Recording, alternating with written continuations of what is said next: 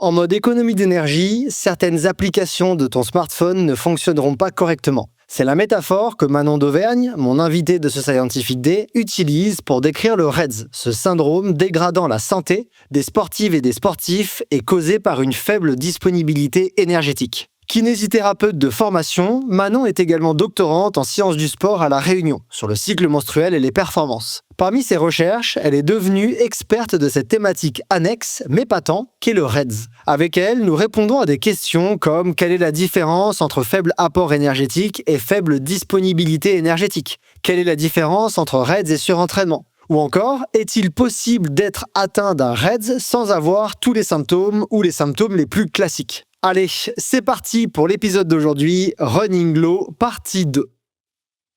Salut Manon, comment ça va? Salut Cyril, ça va et toi? Ouais, ça va super. Je te remercie déjà, une première fois. Je dois le faire plusieurs fois parce que c'est presque un tic. Mais je te remercie beaucoup de m'accorder du temps, autant du temps à moi qu'aux auditeurs.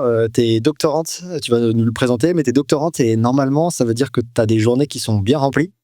En plus, t'as l'air d'être une doctorante qui a pas mal d'activités en plus de la thèse et le sport. Donc, je te remercie beaucoup d'avoir trouvé du temps pour enregistrer et parler avec moi de cette thématique qui est le REDS et qui est, si j'ai bien compris, ton cœur de travail. Mais tu vas nous le dire. Est-ce que, avant qu'on avance sur les questions que j'ai à te poser, tu peux te présenter aux auditeurs qui peut-être te connaissent pas? Ok, merci Cyril à toi pour l'invitation sur ce podcast que j'écoute religieusement, qui est vraiment très instructif sur la course à pied et que je conseille à pas mal de monde. Merci. Donc, tu l'as dit, effectivement, je suis doctorante à l'Université de La Réunion.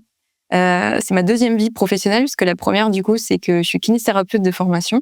Et après une frénésie de dépenses financières dans des formations, je me suis rendu compte que peut-être que la meilleure solution pour moi, c'était quand même d'aller dans la recherche plutôt que me ruiner en formation continue.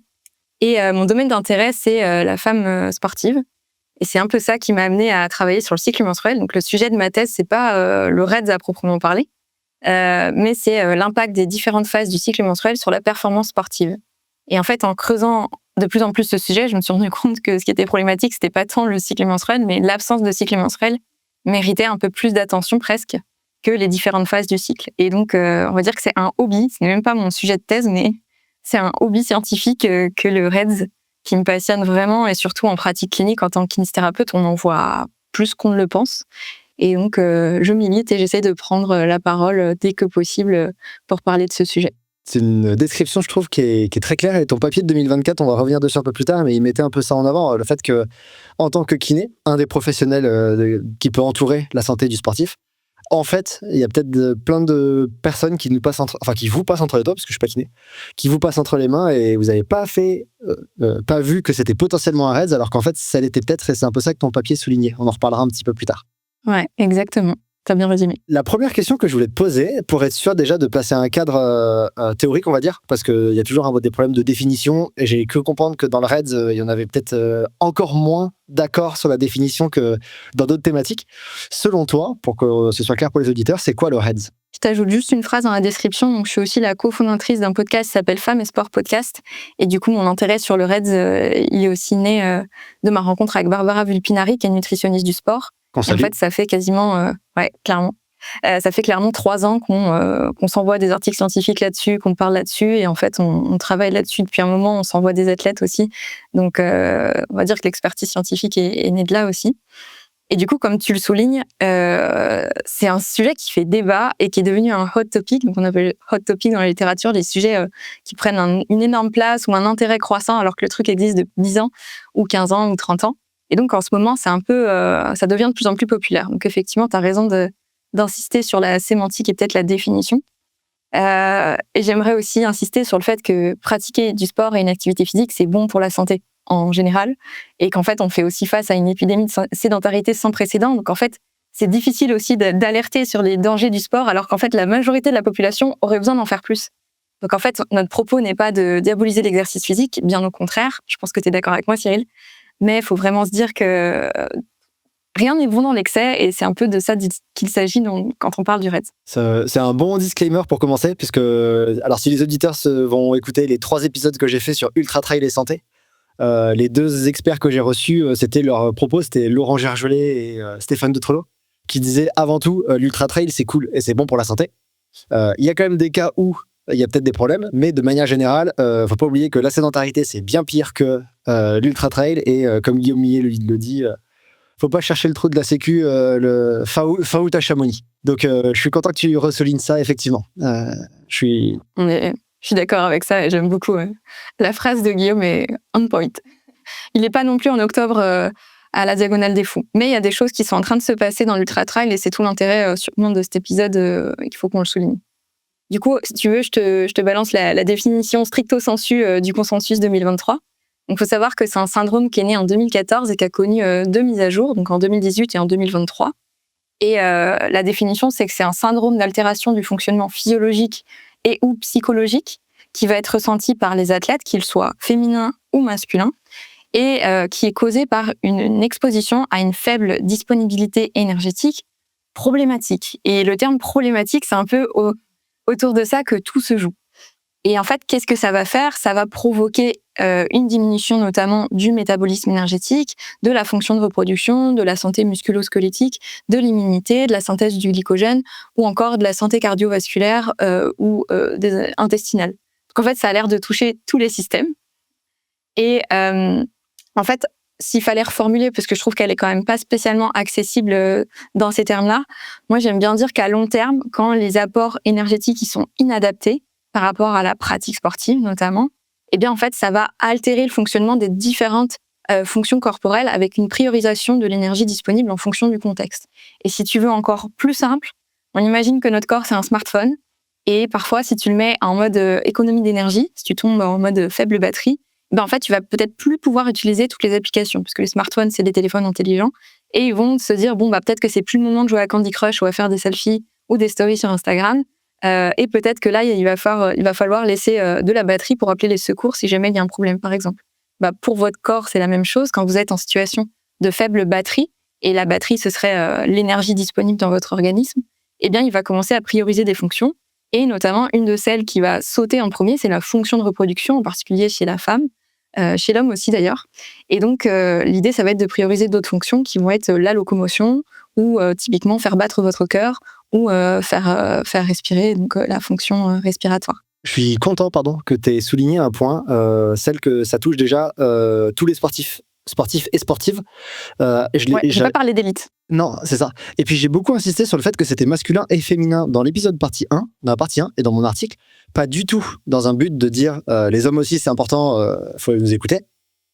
Mais c'était plutôt dans un but de dire la croyance populaire que c'est quelque chose qui concerne les femmes parce qu'elles n'ont plus leurs règles. En gros, je vulgarise à fond, mais c'est souvent la croyance qu'il y avait autour du REDS quand j'en ai parlé.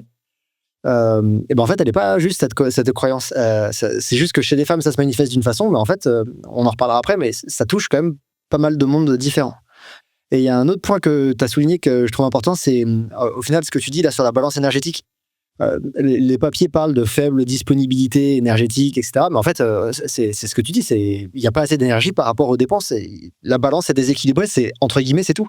Alors, c'est un peu plus complexe que ça, parce que tu vois, même la notion de balance énergétique, c'est pas la même chose que la disponibilité énergétique. C'est deux concepts qui sont similaires, mais différents. Et je reprends Areta, qui est un gros chercheur du domaine, qui dit texto ça, same but different. Donc, ceux qui ont la ref, ça les fera sourire. Mais c'est vraiment deux concepts qui veulent un peu dire la même chose, mais pas tellement, parce qu'en fait, l'équation mathématique n'est pas la même. Je rebondis sur ce que tu as dit pour les élites.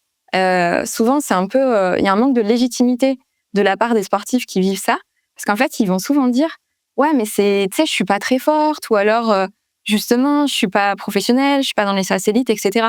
Mais en fait, ton corps, il en a rien à faire de savoir que t'es élite ou pas, et au contraire, si t'es élite, ton travail, c'est de t'entraîner, manger, dormir, très clairement. C'est une chance avec, je trouve aussi que ce qui se joue dans l'ultra-trail actuellement, n'est pas évident pour les contrats des élites. C'est-à-dire qu'il faut montrer, il faut faire toujours plus, il faut être présent sur le circuit pour aussi valider ces contrats de sponsoring, ce qui pousse aussi à une dépense énergétique plus élevée. Donc il y a des choses qui sont en train de se passer qui peuvent favoriser ce syndrome. Mais chez les non-élites, en fait, vous avez une vie à côté. Généralement, vous avez votre vie de travail, voire votre vie de famille, ce qui fait qu'en fait, vous vous ajoutez de l'entraînement à une vie qui est déjà 2 fois plus remplie qu'un élite, entre guillemets. Donc ça n'épargne personne. Et une phrase aussi qui tourne beaucoup, qui est tirée de Ronnie McGregor et Dr Sassy Sims aussi, elles en parlent, donc deux nanas qui travaillent beaucoup sur le métabolisme énergétique. féminin en particulier. You are an athlete if you train on purpose. Tu es une athlète si tu t'entraînes en conséquence. Donc en fait, on parle même pas de niveau. Si tu cherches à faire du sport et que tu t'entraînes régulièrement, tu fais partie de la catégorie qu'on appelle athlète. Et donc ça touche n'importe qui. Il faut être décomplexé par rapport à ça. J'aime beaucoup. C'est une démarche, c'est un processus. Et si tu t'engages dans le processus, pas forcément besoin d'être à index UTMB 850 pour être athlète, mais quand tu t'entraînes, t'es un athlète. Une question que je voulais te poser, parce que j'ai trouvé que la littérature n'était pas très claire sur la distinction, ou alors j'ai raté des références, ce qui est possible. Quand je fais une revue comme ça, je peux avoir raté des refs. Toi, si tu dois mettre une frontière bien dessinée entre surentraînement et REDS, qu'est-ce que tu pourrais proposer aux auditeurs pour être sûr qu'on n'empiète pas sur l'épisode suivant qui arrive bientôt sur le surentraînement? C'est quoi pour toi la distinction entre REDS et surentraînement? C'est hyper bien que tu en parles parce que du coup, on va flirter avec des problèmes sémantiques de définition et de diagnostic qui vont être présents tout au long de l'épisode. Historiquement, le REDS, en fait, c'est la continuité de la triade. La triade, elle a été connue et créée chez les femmes. Donc, tu me disais, dans l'inconscient collectif, c'est encore les femmes qui n'ont plus leur REDS, elles ont un REDS. En fait, il faut comprendre que ce qu'on a compris du REDS et la conception du REDS s'appuie sur ce qui a été trouvé sur la triade dans les années 90. La triade, c'est la relation qui va lier 3 pôles. Donc, c'est pour ça qu'on appelle ça une triade. C'est l'apport énergétique, la santé osseuse et la fonction de reproduction. Et ça, il y a quasiment 20 ans de littérature sur la femme sportive qui a débuté en 1990 et du coup qui fait que dans l'inconscient collectif, c'est beaucoup plus présent que ce qu'on connaît du REDS, qui est encore à l'échelle scientifique, ça date d'avant-hier, 2014. Dans la littérature scientifique, c'est rien. On est à peine au début de la dissémination, ça a déjà connu 3 mises à jour majeures. Mais il faut savoir que du coup, c'est pour ça aussi qu'on a entre guillemets l'idée que ça touche les femmes. En ce qui concerne le surentraînement, la similarité entre le surentraînement et le REDS, elle est quand même, ils partagent de nombreuses choses en commun. Donc il y a un article de Stellingwerff qui s'appelle comme ça d'ailleurs, de complexité et concept partagé entre le surentraînement et le REDS. Les deux ont une notion de continuité. On ne tombe pas dans un REDS du jour au lendemain, au même titre qu'on ne tombe pas en surentraînement du jour au lendemain. Je vous ai fait un petit point d'histoire aussi au niveau du REDS et de la triade. Donc la triade, c'est les années 1990. La première fois qu'on parle de surentraînement, c'est en 1930 dans un article qui est paru dans Nature. Et on parle d'un syndrome produit par divers agents nocifs. Donc ça veut tout et rien dire. Mais déjà, on comprend que c'est multifactoriel et qu'il semblerait que lorsqu'on fait trop de sport, il a l'air de se passer des choses. Et surtout lorsqu'on n'a pas la récupération qui va en regard de la dépense qu'on effectue. Et du coup, en 1930, qu'est-ce qui se passe? Il faut vous dire que les universités ne sont pas forcément ouvertes aux femmes et la pratique du sport par les femmes, on n'en parle même pas. Donc, on commence à étudier les sportifs. Les sciences du sport, c'est une science qui est hyper jeune aussi. C'est-à-dire qu'on est au balbutiement de la science de l'exercice et de l'entraînement dans cette année-là. Et ce qu'on constate, c'est que c'est pas en s'entraînant plus dur, en gros, qu'on performe plus. Donc, les premières pièces, les premiers jalons du surentraînement, c'est 1930. Et ensuite, du coup, en 1990, donc de manière similaire à la triade, on a les premières définitions qui vont sortir pour le syndrome de surentraînement. Et là, cette fois, on va plutôt parler, du coup, alors attends. Ça va être un déséquilibre à long terme entre l'entraînement et la récupération. Et clairement, plutôt que parler de surentraînement, on peut parler de sous-récupération. C'est Noushka Diad qui parlait de ça, mais j'aime bien aussi cette simplification. C'est pas tant qu'on s'entraîne trop, c'est que la manière dont on gère notre entraînement aussi, elle n'est pas adéquate. C'est-à-dire que potentiellement, c'est pas lié uniquement au volume d'entraînement, mais aussi à ce qu'on met en regard, c'est-à-dire on dort pas assez, on mange pas assez, et on fait pas assez on ne s'adapte pas assez à la physiologie qui va être impliquée.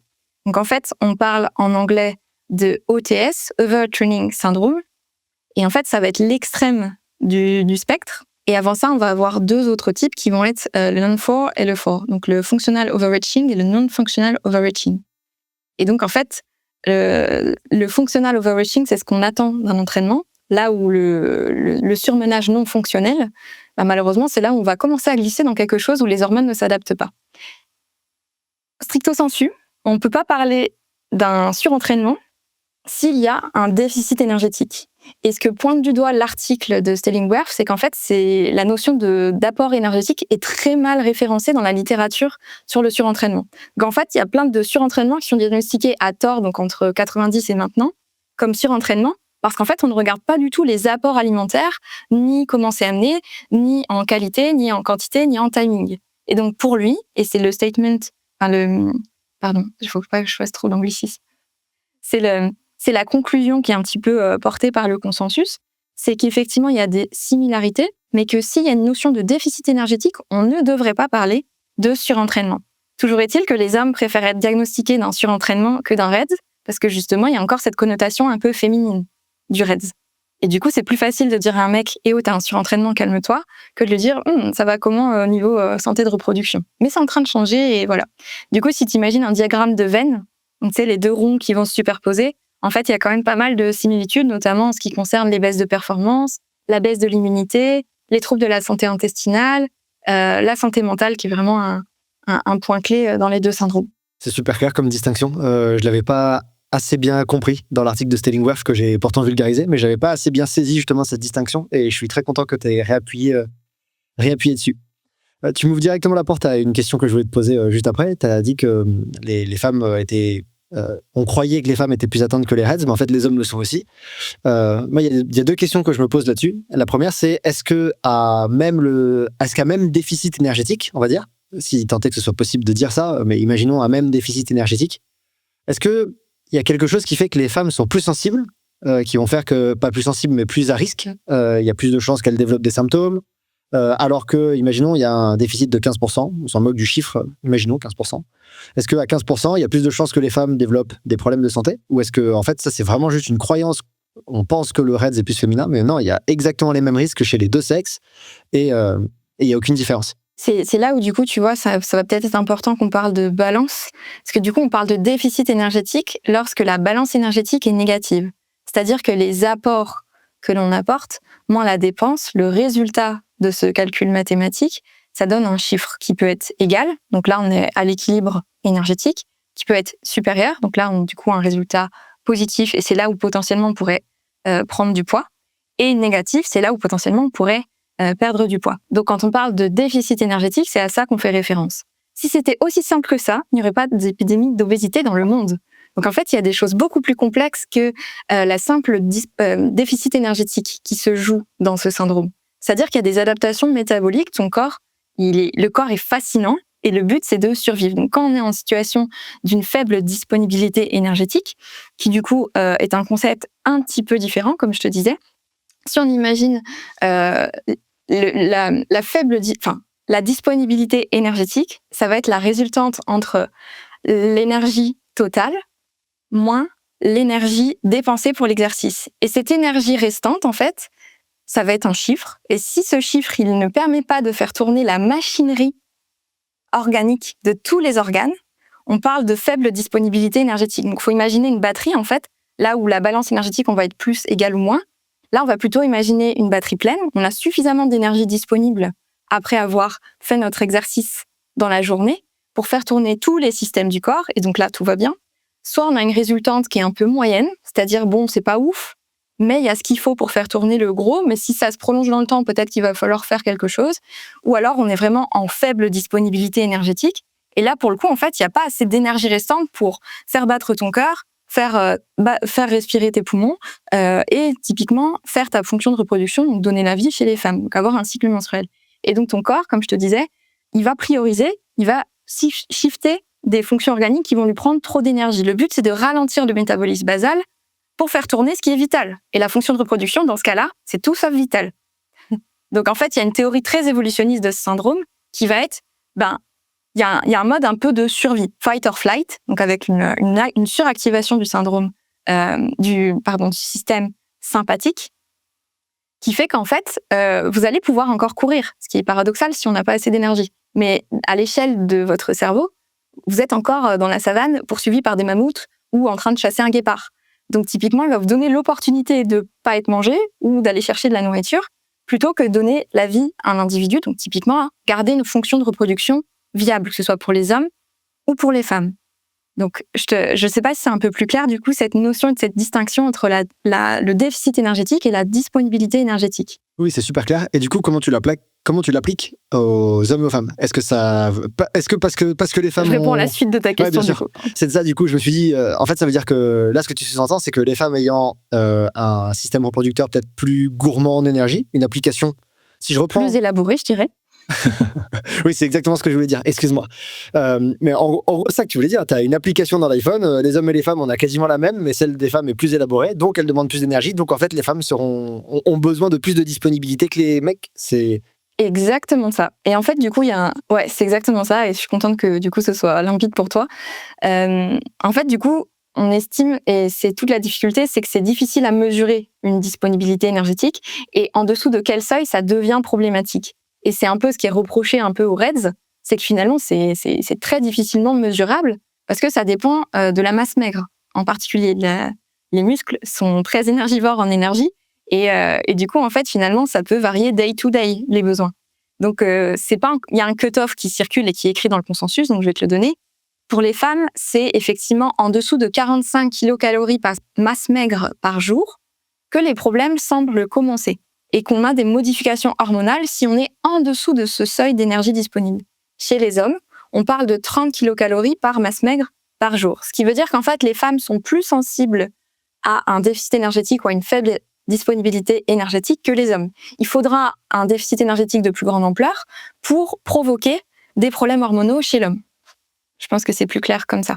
C'est super clair, je te remercie beaucoup, et merci pour ces cut-offs, parce que alors, on sait bien ce que c'est, ces cut-offs, c'est absolument pas individualisé, c'est absolument pas tout le monde qui sera comme ça. Ça dépend de l'outil de mesure, ça dépend de plein de choses. Et juste sur la composition corporelle, c'est que du coup, on te parle d'un cut-off par kilo de masse maigre. Et en fait, l'estimation de la masse maigre, ça dépend tellement de l'outil que tu utilises, donc le DEXA, est-ce que tu utilises des Skinfolds, donc les équations avec les pinces applicutanées, qui clairement font débat aussi. Donc en fait, ça s'appuie sur une littérature qui est sur la composition corporelle qui fait déjà débat. Donc en fait, c'est vite complexe de donner des chiffres, et surtout, on s'adresse à une population qui parfois peut avoir des troubles alimentaires, et autant vous dire que même dans le traitement, on essaye de s'écarter des chiffres.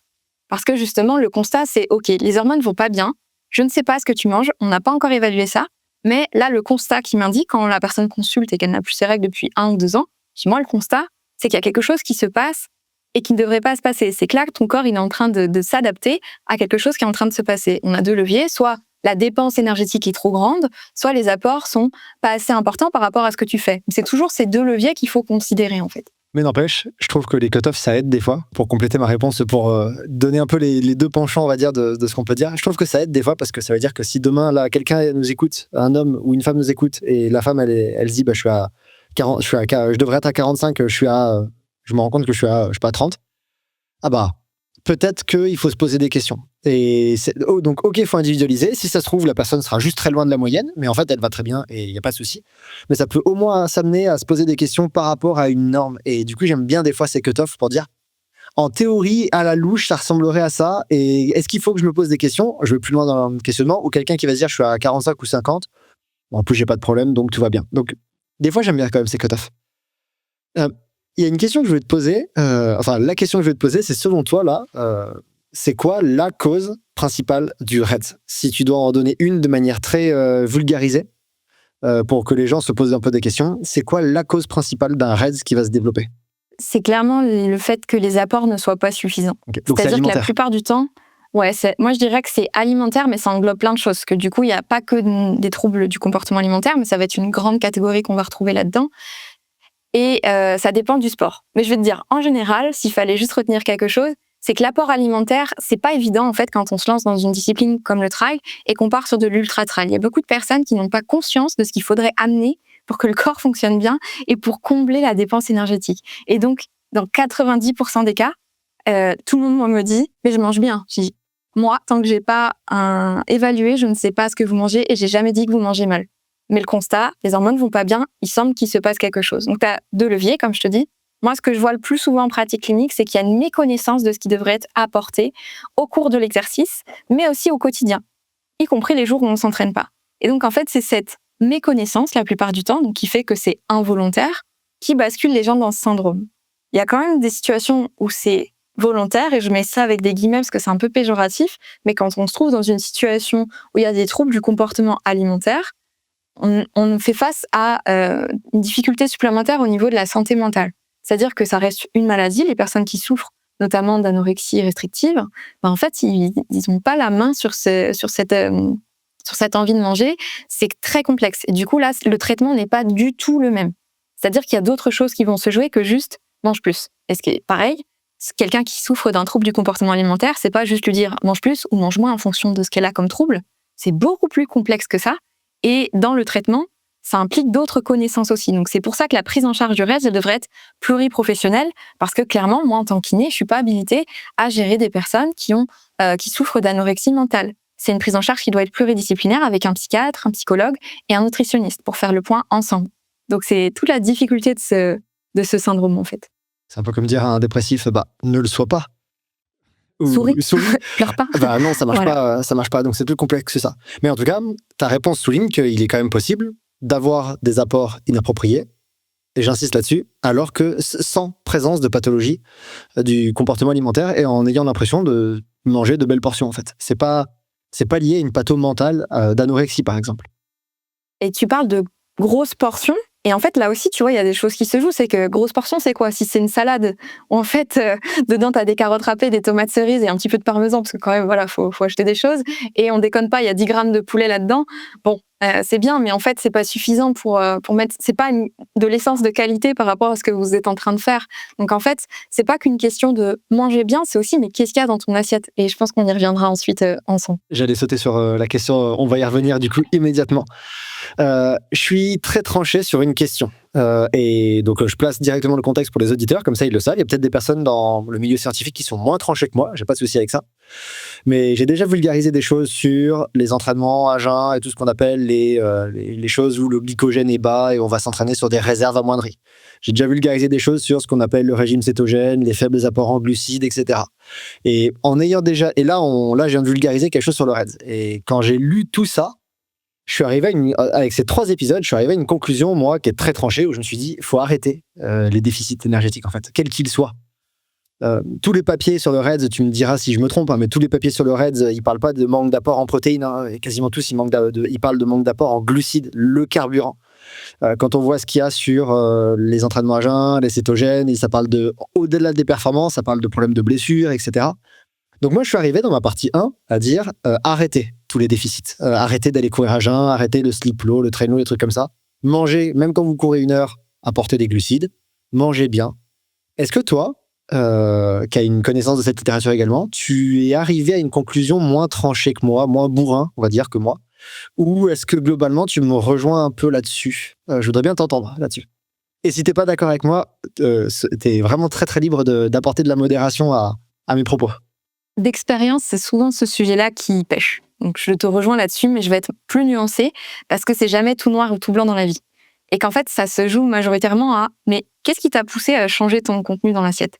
Parce que du coup, quand il y a une notion de désordre de trouble alimentaire, parce que là aussi c'est un continuum, on passe d'une nutrition optimisée à les Anglais font beaucoup mieux la distinction entre nous, donc disorder eating and eating disorder. On pourrait traduire par désordre alimentaire et trouble du comportement alimentaire. Il faut savoir que tout le monde ne coche pas toutes les cases d'un trouble du comportement alimentaire. Et qu'en fait, la plupart des sportifs cumulent par contre beaucoup de caractéristiques qui sont propres au désordre alimentaire. Et notamment l'obsession du bien manger, qui est maintenant un trouble qui commence à être décrit dans la littérature, s'appelle l'orthorexie. Et dans l'orthorexie, exit les produits transformés, il y a plein de mouvances en fait aussi autour effectivement des régimes que tu as pu citer. Et donc, ça dépend à qui on s'adresse. Moi, je trouve qu'il y a vraiment cette notion de contexte. J'aime pas les choses noir ou blanc, et donc je vais proposer un discours un peu plus nuancé autour de ça. Je dirais, ça dépend, et en plus de ça, je me couvre encore plus. Je suis pas diététicienne, je suis pas nutritionniste, et je ne souhaite pas l'être. Plus je dis, moi je ne sais rien. Donc petit message aussi à tous mes confrères kinés qui ont eu 3 heures de nutrition du sportif en formation kiné-sport, vous n'êtes pas nutritionniste, et ce sujet est hyper complexe, donc référez-vous aux professionnels qui savent évaluer une assiette en fait, et surtout qui peuvent être familiers des troubles du comportement alimentaire. Bref, fin de parenthèse. Dans le consensus, il a été créé par une méthode Delphi, qui va être, je sais pas si tu connais un peu, peut-être qu'il faut qu'on vulgarise ça pour les auditeurs. La méthode Delphi, ça va être vraiment un vote item par item pour faire établir un consensus. donc comme le titre de l'article. Et donc, en fait, ce Delphi a eu lieu en personne. Et il y a un item du Delphi qui m'a beaucoup fait sourire, c'est qu'effectivement, certains auteurs poussaient le fait qu'au lieu de parler juste de faible disponibilité énergétique, de parler uniquement de faible disponibilité en glucides.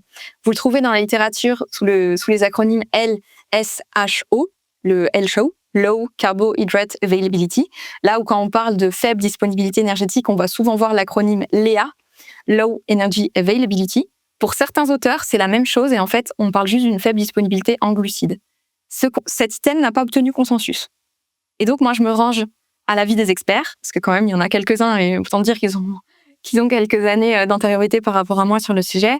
Je pense que c'est un petit peu plus complexe que ça, qu'on n'a pas tous la même susceptibilité à un déficit énergétique qui dure dans le temps, qu'en fait, plus il est répété, plus la machinerie hormonale va être perturbée et va peut-être retomber beaucoup plus vite dans des systèmes de privation. L'ampleur du déficit, le timing et ce qui joue autour de ça, c'est-à-dire quelle est la famille d'aliments aussi qui va être systématiquement amoindrie. Donc, je te rejoins sur les glucides, ça va avoir une ampleur différente que si c'est le volume qui fait que varier. Et donc, il y a vraiment cette notion un petit peu pondérée de ça va être dur de te dire c'est que les glucides. C'est plus complexe que ça. Mais c'est important. C'est Eikura et collaborateurs qui fait un super schéma là-dessus. Tu l'as mis dans ton article, donc c'est pour ça que je me permets de le citer. Donc, je vous invite vraiment à le regarder parce qu'il est incroyable. Donc, en fait, si je vous fais un parallèle par rapport à ça, donc l'article de Eikura et collaborateurs de 2022, il y a un dessin avec différents pics. Par exemple, et moi, c'est ce que je retrouve le plus en pratique clinique, et je sais que Barbara partage cet avis, une faible disponibilité énergétique qui est plutôt chronique, même si elle est de faible amplitude, elle est beaucoup plus problématique que s'il y avait un seul pic. Donc typiquement, vous faites un UTMB ou la diagonale des fous, et en fait, c'est mathématiquement impossible de combler les apports que vous allez avoir sur cette course. Ça, le corps s'en remet beaucoup mieux, et métaboliquement, c'est une adaptation très aiguë qui fait qu'en fait, oula, mon Dieu, il s'est passé un truc, ok, on va puiser dans nos réserves, et généralement, vous refuelez, donc vous apportez de nouveau de l'essence en conséquence pour faire fonctionner le véhicule. Et donc, tout va bien, c'était l'effet d'une fois, et le corps, il voit pas un danger. Il y a, du coup, ce que je vous disais, quelque chose de très chronique. Il y a peut-être pas un gros écart entre ce que vous devez vraiment apporter et ce que vous apportez, mais comme c'est suffisamment présent et tous les jours, finalement, votre corps commence à se dire « Non, mais dis donc, il y a vraiment pas assez, donc peut-être qu'on est en situation de famine. Votre corps, il est pas du tout, votre cerveau, l'axe hypothalamo-hypophysaire qui est responsable de ces adaptations, il est pas du tout au courant qu'il y a de la nourriture dans vos placards où vous pouvez aller en acheter à Auchan, à Hyper U ou n'importe où. Ou chez votre primaire préféré qui fait du bio. Peu importe. Du coup, en fait, il va vraiment croire que c'est un contexte de fight or flight. Donc, comme je vous disais, vous êtes en mode survie, il n'y a pas assez à manger, donc on ne sait pas combien de temps ça va durer. Je la vois, elle court partout, je comprends pas, je la ou le vois, elle fait que courir partout, donc finalement, il faut peut-être que je l'aide à survivre dans cet environnement hostile. Et donc là, il va y avoir des privations, des adaptations qui vont se faire face à cette privation. Et entre deux, tu as une catégorie de sport qui est très représentée aussi dans le REDS. Ça va être les sports à catégorie de poids qui vont avoir une pratique qu'on appelle le weight cutting. Donc, c'est couper au poids. Et donc, typiquement, il va y avoir des régimes qui sont pas chroniques, donc pas dans le temps, qui vont être assez répétés dans le temps, mais qui vont être drastiques. Donc, moins drastiques qu'une diagonale des fous, mais ça va être des privations, soit de famille d'aliments, soit des régimes en sel pour jouer sur la composition corporelle avec l'eau, etc. Et en fait, c'est des pratiques qui vont aussi stresser, malheureusement, l'axe hypothalamo-hypophysaire qui va être soumis de manière très régulière à un stress et qui va donc s'adapter à ce stress. À l'heure actuelle, on ne sait pas non plus dans quelle mesure l'un est plus grave que l'autre. Ce qu'on sait, c'est que vraiment, plus il est chronique, plus il est répété au cours de la vie de l'individu, plus problématique c'est. Quand c'est aigu, on parle d'ailleurs, donc je ne sais pas si vous avez vu le schéma, je crois que tu l'as mis dans l'article. Ouais, je l'ai mis dans la partie 1. Donc il y a un modèle conceptuel du REDS. Donc c'est cette jolie roue avec l'arc-en-ciel que vous pouvez voir.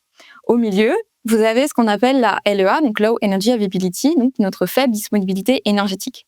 Ensuite, vous avez des choses qui ressemblent un peu au trial poursuite, des petits camemberts qui vont représenter chacune des fonctions de l'organisme qui pourraient être impactées. Et à l'extérieur de ce cercle, vous avez un bordereau rouge. Rouge, en anglais, ça veut dire red, REDS. Et donc, en fait, à l'extérieur du cercle, vous avez donc ce qui est représenté, le REDS syndrome, vous êtes en situation de REDS. Et un détail de cette infographie qui n'est pas souvent vu des personnes et qui est nouveau du consensus 2023, c'est que les flèches, en fait, elles ont un gradient qui va de blanc à rouge. Et ça, c'est ce qui représente une faible disponibilité adaptable d'une faible disponibilité problématique. Et elle devient problématique lorsque, justement, elle est répétée, elle a une grande ampleur, etc. Et c'est là où, du coup, en fait, on va aller vers l'extérieur du camembert avec le bordereau rouge du REDS. Mais ça ne veut pas dire que tous les systèmes corporels vont être touchés. J'ai déjà eu des personnes en consultation qui n'avaient pas perdu leur menstruation, mais parce que leur pattern de saignement et au niveau de leur fonction de reproduction, elles appartenaient typiquement à ce qu'on appelle les heavy menstrual bleeding, donc les saignements menstruels abondants. Donc en fait, elles, leurs règles n'ont pas disparu, mais par contre, le pattern de saignement a évolué. Ce qui fait qu'en fait, du coup, elles cochaient pas stricto sensu toutes les cases diagnostiques, mais au vu de l'histoire, typiquement, c'était la santé osseuse qui était fortement impactée et à répétition. Pour certaines personnes, c'est pas les règles qui disparaissent, ou alors on n'a pas de visu parce qu'il y a une contraception, donc je parle encore des femmes, mais la santé cardiaque commence à jouer des tours. Il y a de la bradycardie, il y a des palpitations, etc. Donc en fait, tout le monde ne va pas cocher chacun des camemberts. Ça, pour moi, c'est un peu une vulnérabilité personnelle qui fait qu'un système sera touché plutôt qu'un autre. Pour que les auditeurs comprennent un peu pourquoi moi j'ai été aussi tranché peut-être sur les glucides dans la partie 1, c'est parce que certains auteurs que tu as cités, je trouve plus son nom, Steven Guerf ou Greff, celui qui a fait le bon papier. Stellingwerth. Ouais. En 2022, lui, par exemple. Il est très tranché là-dessus, ouais. Voilà, il y a des papiers que j'ai vulgarisés dans la partie 1 qui sont très tranchés et qui n'utilisent pas LEA, mais qui utilisent vraiment le terme LCHO. Donc c'est peut-être pour ça que moi aussi j'ai beaucoup insisté là-dessus, parce que, et même si par exemple... c'est bien, j'apporte de la nuance sur ça, ouais. Et même si par exemple dans le consensus, ils sont restés sur LEA, il y a quand même une section où ils parlent du problème avec les glucides. Et par contre, il n'y a pas de section où ils parlent de manque de lipides, pas de section où ils parlent de manque de protéines. Ils ciblent, malgré le consensus sur LEA, ils ciblent quand même un macronutriment plutôt qu'un autre. Bref, fin de la parenthèse. Exactement. Non, mais tu as raison d'insister parce que c'est en pratique clinique, j'aimerais te dire que c'est pas ça, mais j'ai 85%, voire 90% des gens où c'est autour des glucides que le problème se joue. Donc voilà, ou l'apport alimentaire global. Mais généralement, c'est une phrase que j'ai dit il y a pas très longtemps à une athlète qui, si elle écoute ce podcast, je la salue bien. 100% des gens qui ne mangeaient pas bien pensaient bien manger. C'est-à-dire que je ne connais personne qui m'a dit si je mange bien et en fait n'avait pas les apports qui nécessitaient. Donc en fait il y a vraiment une notion de méconnaissance et j'en fais partie. C'est pour ça que moi je m'estime pas compétente pour gérer ça, mais j'essaye de l'expliquer pour aller consulter les personnes qui sont des nutritionnistes ou des diététiciens. Mais attention, tout le monde n'est pas qualifié pour ça non plus. Comme tu dis, s'il y a un nutritionniste qui te met en régime cétogène alors que tu fais de l'ultra, je vous invite à écouter le podcast, un épisode de Manon Genet qui explique ce qui lui est arrivé après un Ironman. Autant vous dire qu'elle a failli y passer. Donc en fait, moi j'ai coutume de dire en conférence, si tu veux faire du mal à quelqu'un hormonalement parlant, tu lui dis d'arrêter les glucides et d'aller courir tous les matins à jeun. Là, c'est nickel. Donc, je te rejoins. Mais j'apporte un petit peu plus de nuances parce que, effectivement, il y a certaines situations où ce n'est pas ça. Dans certaines situations, le jeûne intermittent, donc en fait, il faut toujours se référer aussi à qui on s'adresse. C'est-à-dire que je vous ai parlé de l'obésité. Dans certaines situations, ces pratiques-là avec du low glucide vont être nécessaires d'un point de vue santé. Donc, c'est pour ça aussi où je pense qu'ils ont essayé d'être nuancés par rapport à ça parce qu'en fonction de l'individu en face de nous, peut-être que le discours va être changeant. Donc ça dépend vraiment de ce qui est en train d'être passé dans la vie de l'individu. Ce que je voulais simplement préciser par rapport à ce que tu viens de dire, quand on dit consulter les bons professionnels, je suis 100% d'accord avec toi, diététicien et nutritionniste, moi j'ajoute une précision, j'ajoute médecin nutritionniste. Pourquoi diététicien, c'est un titre protégé. Médecin nutritionniste, c'est un titre protégé. Nutritionniste, c'est pas un titre protégé. Et en fait, la raison pour laquelle j'insiste là-dessus, c'est qu'il y a des formations qui vont être très bonnes, de très bonne qualité, et qui vont te permettre de dire... Alors moi, demain, je peux dire que je suis nutritionniste, puisque c'est pas protégé. Donc la situation la plus grave serait quelqu'un qui dit « je suis nutritionniste », qui a passé aucune formation. Par exemple, imaginons moi, demain je dis « je suis nutritionniste, j'ai pas de formation ». Il y a quelqu'un qui va avoir passé une formation de très bonne qualité, qui va dire « je suis nutritionniste », mais pas une formation reconnue. Et quelqu'un qui va passer une formation de très basse qualité, et qui va pouvoir dire « je suis nutritionniste ». Et ça, c'est le problème, parce que le titre nutritionniste n'est pas protégé. Par contre, médecin nutritionniste, c'est protégé. Si vous allez voir un médecin nutritionniste, vous êtes certain de la qualification de l'individu. Il y en aura des mauvais, il y en aura des bons, mais au moins vous êtes sûr que le titre est protégé. Et diététicien, vous êtes sûr que le titre est protégé. Donc c'est pour ça que dans l'article et dans la partie 1, j'ai parlé de consulter un diététicien ou un médecin nutritionniste. Et donc je voulais apporter cette précision ici. Et c'est pas pour dénigrer ceux qui ont passé des formations nutritionnistes. C'est simplement pour dire que le titre n'est pas protégé, donc il peut y avoir tout et n'importe quoi. Autant la meilleure personne du monde que quelqu'un qui va vous raconter vraiment des bêtises. Et tu as hyper raison. Et au même titre que vous allez avoir derrière le titre kinésithérapeute, vous en avez des qui font du TENS électrochaud et des orfèvres de la programmation et de la thérapie manuelle. Donc en fait, il y a tout dans les professions et du coup, c'est pas évident de s'y retrouver, on vous l'accorde. Mais moi, personnellement, je travaille avec des nutritionnistes dont le titre n'est pas protégé, mais avec qui, en fait, qui sont tellement au fait du syndrome, mais je pense à Barbara notamment, qui est en cours de formation de diététique, parce que justement, elle aimerait faire valoir ce titre aussi. Mais ouais, c'est complexe de s'y retrouver, on vous l'accorde, et du coup, ouais, complexe de consulter les bons professionnels. Le réseau avant tout. Petite pause dans cet épisode. Si ce Scientific Day vous plaît, je vous invite à aimer la vidéo, la commenter, la partager et vous abonner à ma chaîne en activant les notifications pour ne rater aucune de mes publications. Je vous invite également à vous rendre sur le site courirmieux.fr où vous retrouverez cet épisode au format article avec toutes les références scientifiques mentionnées. Si vous souhaitez que je vous accompagne durant vos entraînements, rendez-vous sur Spotify, Deezer, Apple Podcasts et de nombreuses autres plateformes où vous retrouverez tous mes contenus au format podcast. Pour celles et ceux qui souhaitent suivre les coulisses de Courir Mieux, mes aventures sportives, mes entraînements et également découvrir d'autres contenus, vous pouvez me retrouver sur Instagram à @courirmieux. Et enfin, pour les plus assoiffés de connaissances, on se retrouve sur le Patreon de Courir Mieux où, contre une petite participation financière qui me soutient, vous aurez accès à des vidéos exclusives, des échanges avec ses membres et moi-même et à la possibilité de poser vos questions à mes invités. Tous les liens sont dans la description. La pause est terminée. On retourne à ce Scientific Day. Il y a quelque chose que j'ai pas pu aborder dans ma partie 1 qui va concerner en fait, et quelque chose dont tu m'as déjà parlé quand on a échangé avant cet épisode plusieurs fois. Tu m'as parlé de la notion de continuum du REDS et j'ai l'impression qu'il vient dans la mise à jour de 2023 et qui n'était pas présente dans le papier consensus de 2018, où quand on lit le papier de 2018, on a l'impression que le REDS c'est oui ou non, c'est dichotomique, soit tu es diagnostiqué, soit tu l'es pas. Et en 2023, ils font apparaître quelque chose que j'ai pas vulgarisé dans mon papier dans ma partie 1 parce qu'il est déjà assez long comme ça. Un espèce de continuum qui va de vert à rouge, mais en passant par différentes nuances de couleurs sur le REDS. Est-ce que tu peux nous en parler un petit peu de ce continuum du REDS ? Là, tu me fais tellement plaisir. J'interviens dans le DUTRAL de La Réunion, et clairement, je pense que je prononce 200 fois le mot continuum au cours de la formation, des 4 heures que je présente, parce que pour moi, tout est là. Et c'est pour ça que du coup, j'apporte aussi une approche plus nuancée. C'est pas noir ou blanc dans la vie, et dans l'organisme, ça ne l'est pas non plus en fait. Donc, vos hormones ont une certaine cinétique. Et donc, en fait, même la blessure, on se blesse rarement, à part une fracture, un choc à haute vélocité. Sur les pathologies de surcharge, notamment, et celles qu'on voit le plus dans le trail, c'est souvent installé de manière insidieuse. Je t'ai parlé des troubles du comportement alimentaire. Pareil, c'est pas on-off, c'est pas on est anorexique, on souffre d'anorexie, ou on ne l'est pas.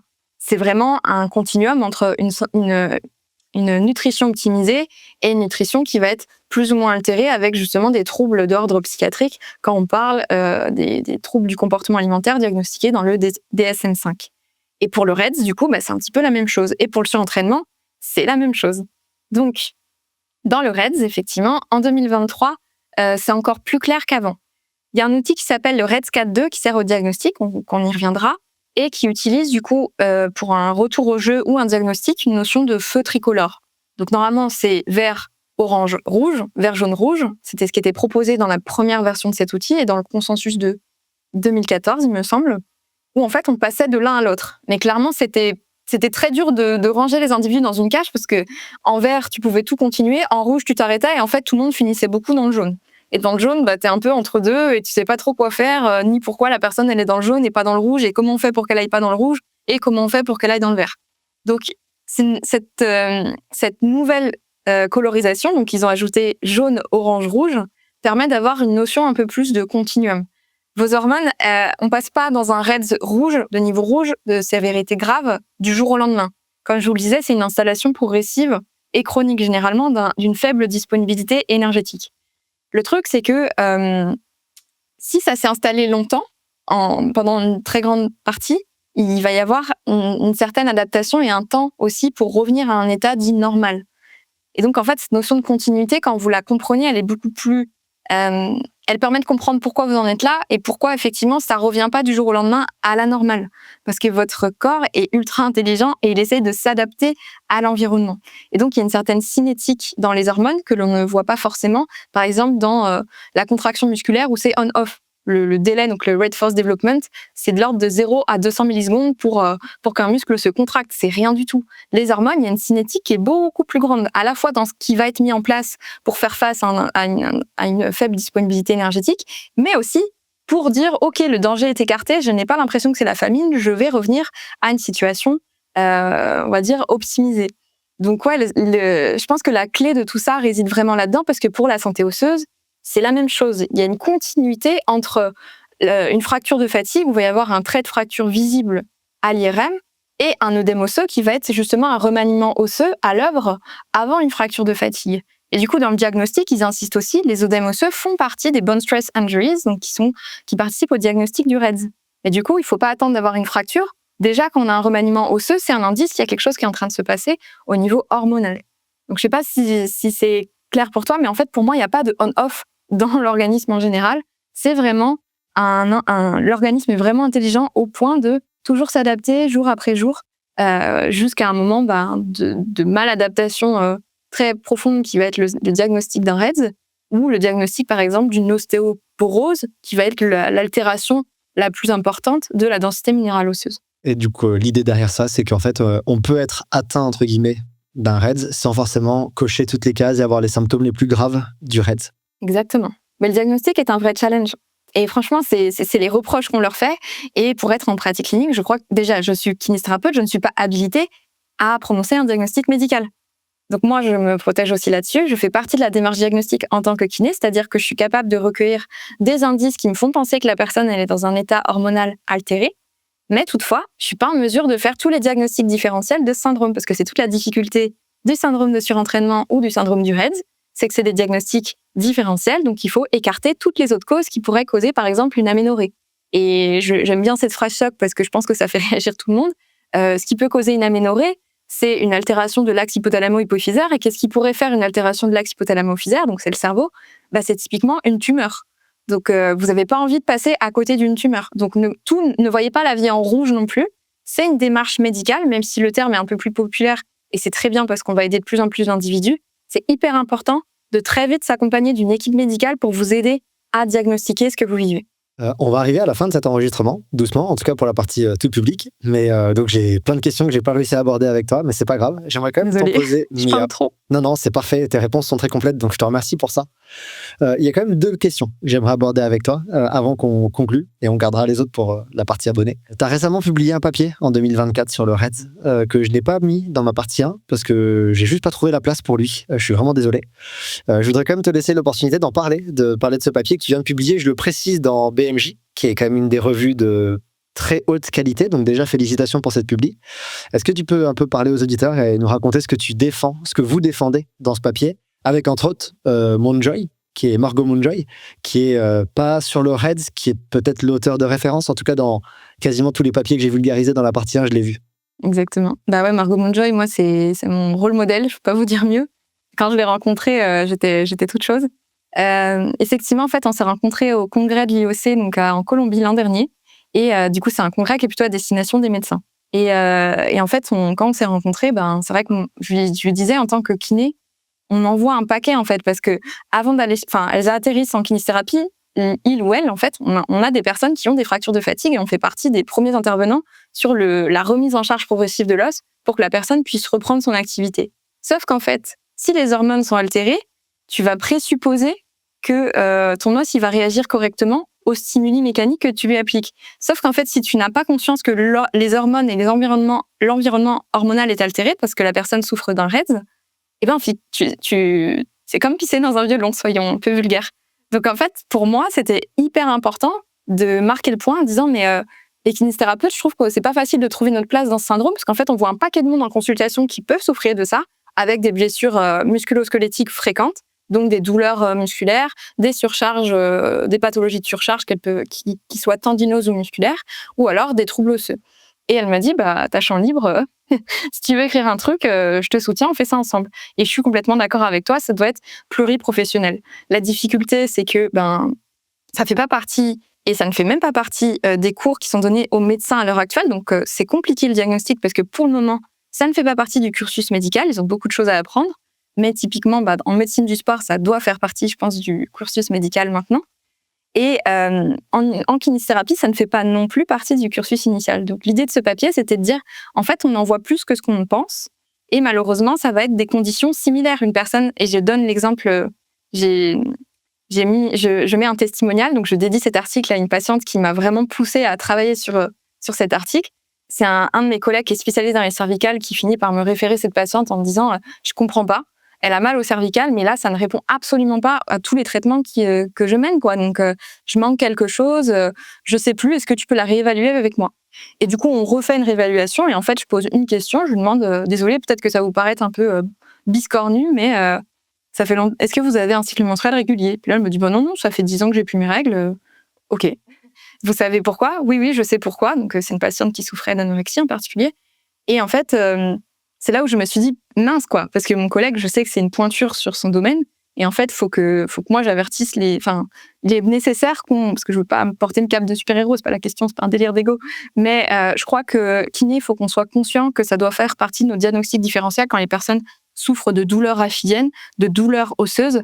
On doit penser à ça parce que du coup, le reste de nos traitements, c'est bullshit. Ça ne fonctionnera pas si les hormones ne sont pas là. Il y a une hormone qui est altérée notamment dans ce syndrome. En fait, tu as un rush hormonal. Donc, les œstrogènes ne vont plus faire leur job. Les œstrogènes, c'est elles qui sont responsables du turnover, construction, déconstruction de l'os. Mais typiquement, il y a d'autres hormones comme l'hormone de croissance ou l'IGF-1 qui sont connues pour l'hypertrophie musculaire. Donc, faire du renforcement musculaire à quelqu'un qui n'a plus ses hormones en stock, c'est bien, mais les gars, tout le monde perd son temps, en fait. Donc, il vaut peut-être mieux adresser à une personne qualifiée au niveau de l'apport alimentaire si du coup, c'est ça qui pêche. Voilà un peu ce que je défends dans ce papier. Si, tu le défends très bien ici aussi. Dernière question de cet épisode, de cette partie. J'ai trouvé aucune étude qui en parlait, donc je voulais vraiment l'aborder avec toi. Le retour au sport après un REDS, le retour à l'entraînement, à la compétition, à la vie normale. Il n'y a aucun papier qui en parle. Même le consensus de 2023 dit après, il faut y aller progressivement. Bon. Okay. Ça veut tout rien dire. Voilà, c'est ce que je défends. Ouais, mais c'est aussi ce qu'on défend dans l'article, en fait, en disant, finalement, est-ce que la place des kinésithérapeutes, c'est pas d'aider au return to play? On appelle ça vraiment le RTP, return to play. Ça nécessite d'avoir des connaissances en réhabilitation et tout le monde ne les a pas. Un kiné du sport est souvent situé, en fait, entre le préparateur physique et le médecin, la condition pathologique. Et en fait, ce retour au sport, et des fois, le réathlétiseur, ceux qui font de la réathlétisation dans les clubs un peu élevés, t'as des mecs qui sont vraiment... de pointe, ouais. C'est leur taf.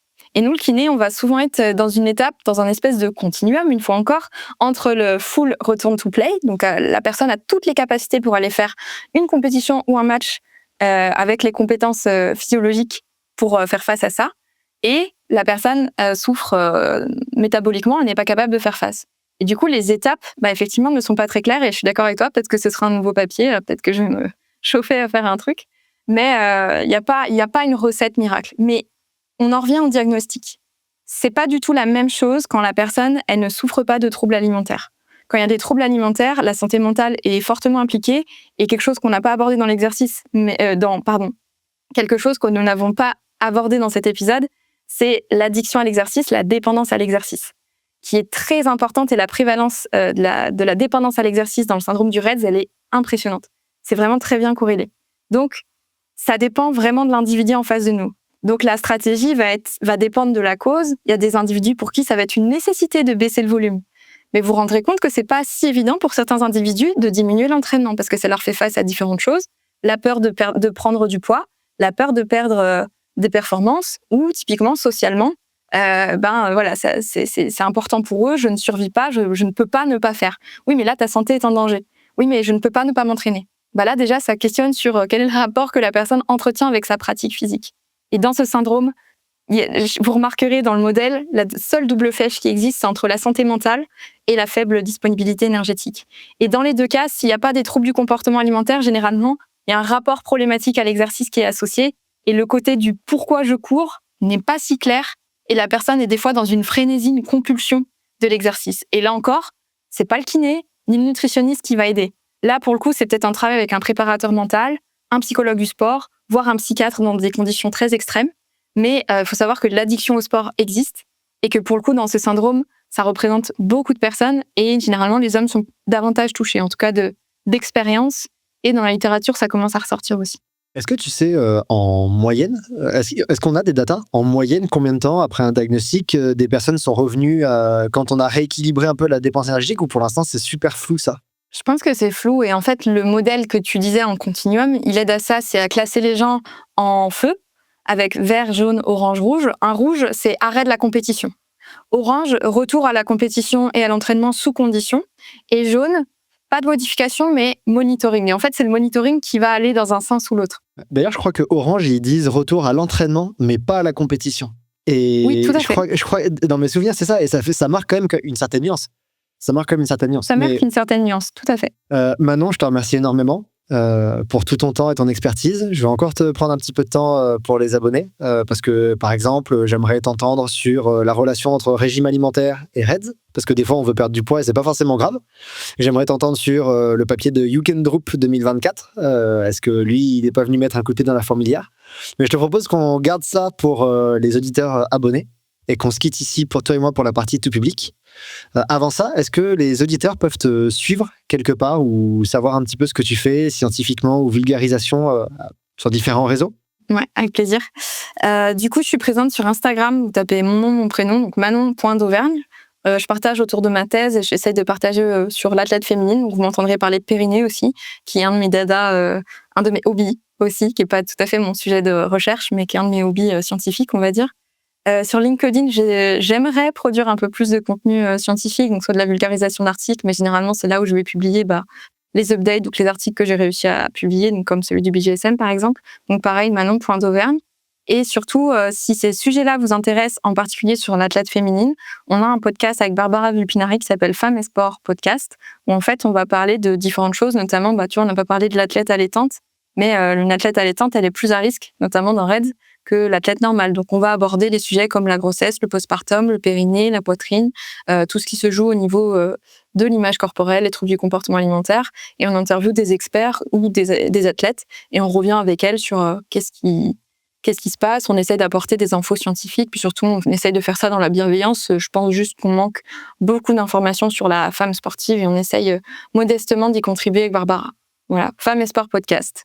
Tous les liens, maintenant, je mettrai en description. Le lien du podcast, tes liens vers tes réseaux. Donc, je mettrai absolument tout en description. Merci beaucoup pour ton temps. On continue un petit peu, toi et moi, en off. Mais déjà, pour tout le monde, je pense tout le monde aura beaucoup appris en t'écoutant.